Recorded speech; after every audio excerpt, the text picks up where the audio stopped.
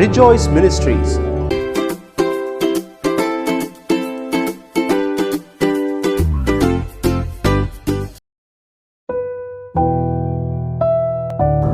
கர்த்தருடைய பரிசுத்த நாமத்துக்கு மகிமை உண்டாட்டும். இன்றைக்கி ஒரு மெசேஜ் நான் கொடுக்கறதுக்கு இருக்கேன்.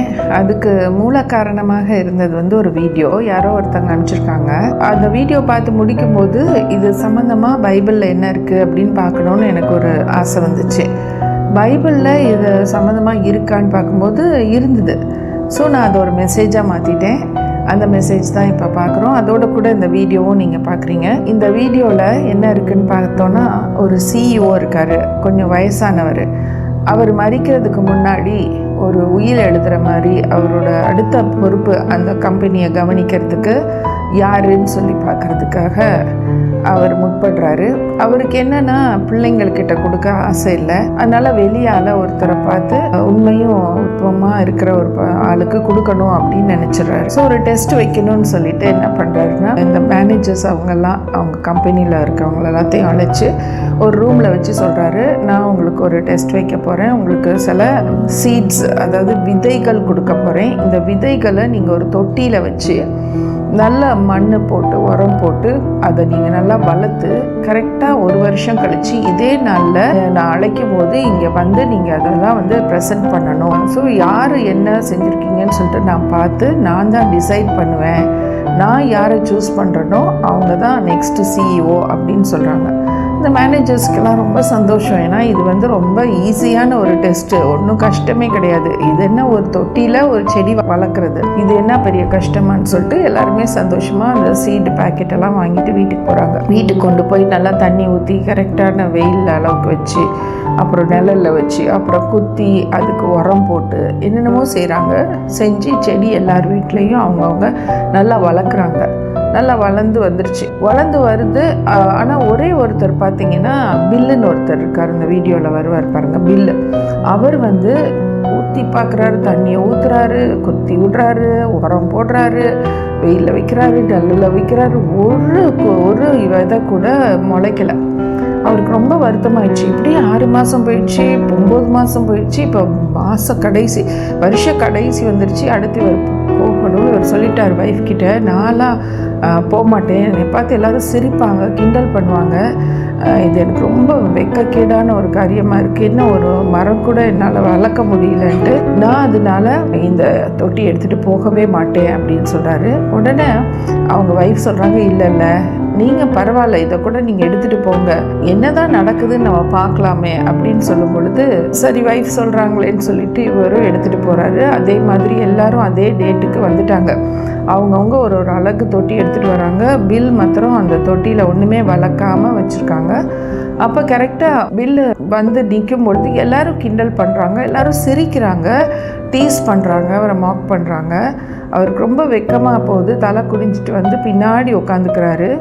அப்போ அந்த CEO எல்லாரையும் பார்த்துட்டு எல்லாரோட செடிகள்லாம் வச்சுட்டு எல்லாரும் ரொம்ப சந்தோஷமாக சிரிச்சிட்டு இருக்கதை பார்க்குறாரு. பில் மாத்திரம் கடைசியில் ஒன்றுமே வளர்க்காத ஒரு தொட்டி வச்சுட்டு உட்காந்துருக்கதை பார்த்துட்டு பில்லை முன்னாடி கூப்பிட்டுட்டு என்ன தம்பி என்னன்னு கேட்கும் பொழுது அவர் தலையை குனிஞ்சிட்டு வேதனையோடு சொல்கிறாரு, நான் எவ்வளவோ தண்ணி ஊற்றிட்டேன், என்னென்னமோ பண்ணி பார்த்தேன், இந்த செடி வளரவே இல்லை, அதனால நான் அப்படியே எடுத்துகிட்டு உங்ககிட்ட கொண்டாந்துருக்கேன் அப்படின்னு சொல்லிட்டு தலையை குனிச்சிருக்காரு. எல்லாரும் அப்பையும் கிண்டல் பண்ணுறாங்க.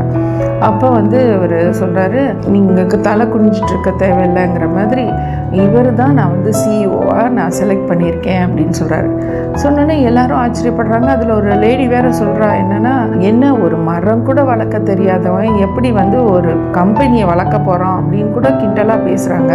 ஆனால் பில் ரொம்ப ஒரு சந்தோஷமாயிடுறாரு. ஏன்னா அவர் தான் CEOன்னு இவர் செலக்ட் பண்ணி சொல்லிட்ட பிறகு ஏன் அவரை CEOவாக செலக்ட் பண்ணாருங்கிறதுக்கு அவர் விளக்கம் சொல்லுவார். அவர் சொல்லுவார், நான் உங்ககிட்ட கொடுத்தது எல்லாமே நான் பாயில் பண்ண சீட்ஸ், அதாவது நான் அவிச்சு காய வச்சு கொடுத்த விதைகள். அதில் நிச்சயமாக ஒன்றுமே முளைக்காது. அப்படி விதைகள் தான் எல்லாருக்குமே நான் பகிர்ந்து கொடுத்தேன். அதை தான் இந்த பில்லும் போட்டிருக்கிறாரு. அதே மாதிரி நீங்களும் போய் அந்த விதைகளை தான் போட்டிருப்பீங்க. போட்டு கொஞ்ச நாள் கழிச்சு அது முளைக்கலங்கிறது எல்லாருக்குமே தெரிஞ்சிருக்கும். அதுக்கப்புறம் நீங்கெல்லாம் என்ன பண்ணிட்டீங்கன்னா இந்த விதைகளை தூக்கி போட்டுட்டு வேற நல்ல ஹைபிரிட் குவாலிட்டியில இருக்கிற நல்ல ஜாதி விதைகளை வாங்கி நீங்கள் நட்டு வச்சு அதை முளைப்பிக்க செய்து இன்றைக்கி பிளான்ட்டாக கொண்டாந்து என் கண்ணு முன்னாடி கொண்டாந்து வச்சுருக்கீங்க. நீங்கள்லாம் ஒரு உண்மை இல்லாமல் ஒரு நான் கொடுத்த விதைகளை தூக்கி போட்டு நீங்களாக செஞ்சதுனால உங்கள்கிட்ட உண்மை இல்லை. ஆனால் இந்த பில் மாத்திரம்தான் ரொம்ப உண்மையுள்ளவன். இவன் மாத்திரம்தான் நான் கொடுத்த விதைகளில் முளைக்கவே இல்லைங்கிற உண்மையும் அவன் சொல்லிட்டான். அந்த தொட்டியோடு கொண்டாந்து இங்கே ப்ரெசண்ட்டும் பண்ணிட்டான். இவன் தான் உண்மையுள்ளவன், இவன்கிட்ட தான் நான் இந்த பொறுப்பை கொடுக்க போகிறேன்னு சொல்லிட்டு சொல்கிறாரு. சொன்னோன்னா அவரும் ரொம்ப சந்தோஷமாக போகிறாரு. இதுதான் இந்த வீடியோவில் நீங்கள் பார்த்தீங்க. இந்த வீடியோவில் இருந்து நான் பைபிள் சம்மந்தமாக இதில் என்ன சொல்லப்பட்டிருக்குன்னு சொல்லி பார்க்கும்போது நம்ம கொலோசியர் 3ஆம் அதிகாரம் 17ஆம் வசனத்துக்கு திருப்புவோம். வார்த்தையினாலாவது கிரியையினாலாவது நீங்கள் எதை செய்தாலும் அதை எல்லாம் கர்த்தராகிய இயேசுவின் நாமத்தினாலே செய்து அவர் முன்னிலையாக பிதாவாகிய தேவனை ஸ்தோத்திரியுங்கள்னு போட்டிருக்கு. அப்போ நம்ம ஒரு வார்த்தைனா கூட அதில் உண்மை இருக்கணும். ஒரு கிரியை, ஒரு சின்ன காரியம் நமக்கு கொடுத்தா கூட அந்த கிரியை நம்ம செய்கிறது எதை செஞ்சாலும் அது கர்த்தருக்காக செய்யணும், அவரோட நாமத்தில் செய்யணும். அது நிமித்தம் நம்ம தேவனை ஸ்தோத்தரிக்கிறோம். அவரை பிரியப்படுத்துகிற மாதிரி நம்ம செய்யணும். எதுவாக இருந்தாலும், சின்ன காரியமானாலும் பெரிய காரியமானாலும் ஆண்டவருக்கு பயந்து செய்கிறவங்க நிச்சயமாக ஆசீர்வதிக்கப்படுவாங்க. வேதத்தில் சொல்லியிருக்கு, உண்மை உள்ளவர்கள் பரிபூரணமாக ஆசீர்வதிக்கப்படுவாங்கன்னு போட்டிருக்கு.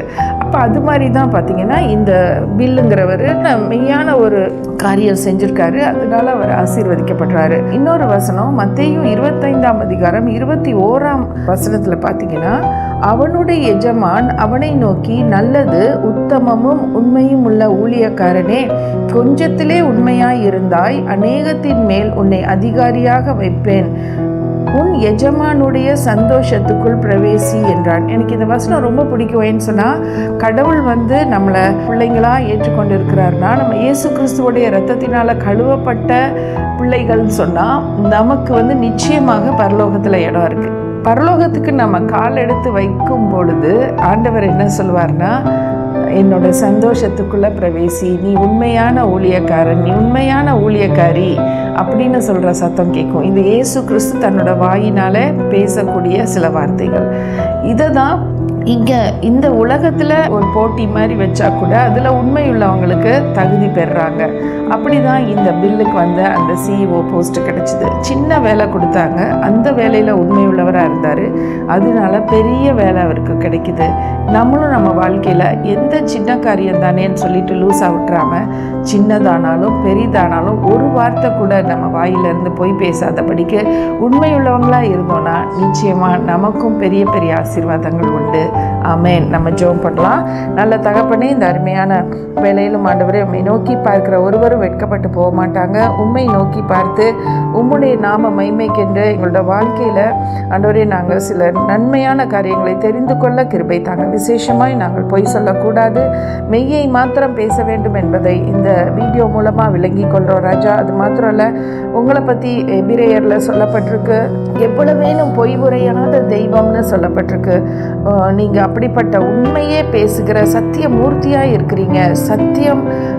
சத்தியத்தை நாங்கள் தெரிந்து கொண்டோன்னா அந்த சத்தியமே எங்களை விடுதலை ஆக்கிரும்னு சொல்லிட்டு வேதம் சொல்லியிருக்கு.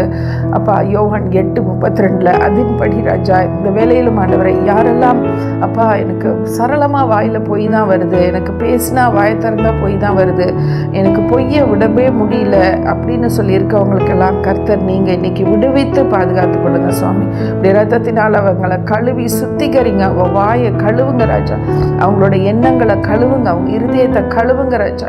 உம்முடைய சித்தத்தின்படி அவங்க ஜீவனுள்ள வாழ்க்கையில் அவங்க உண்மை பேசி அவங்கள ஆசீர்வதிங்க, அவங்க நல்லா வாழ்ந்து சுகமாக இருக்கும்படி செய்யுங்க.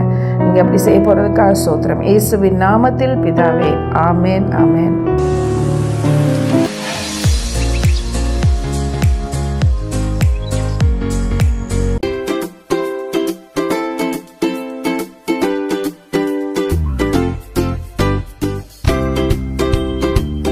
மேலும் எங்களை தொடர்பு கொள்ள Rejoice Ministries, evangelist doctor Daphne Joseph, cell 9171100011. கர்த்தர் தாமே உங்கள் ஒவ்வொருவரையும் ஆசீர்வதித்து காப்பாராக. ஆமென்.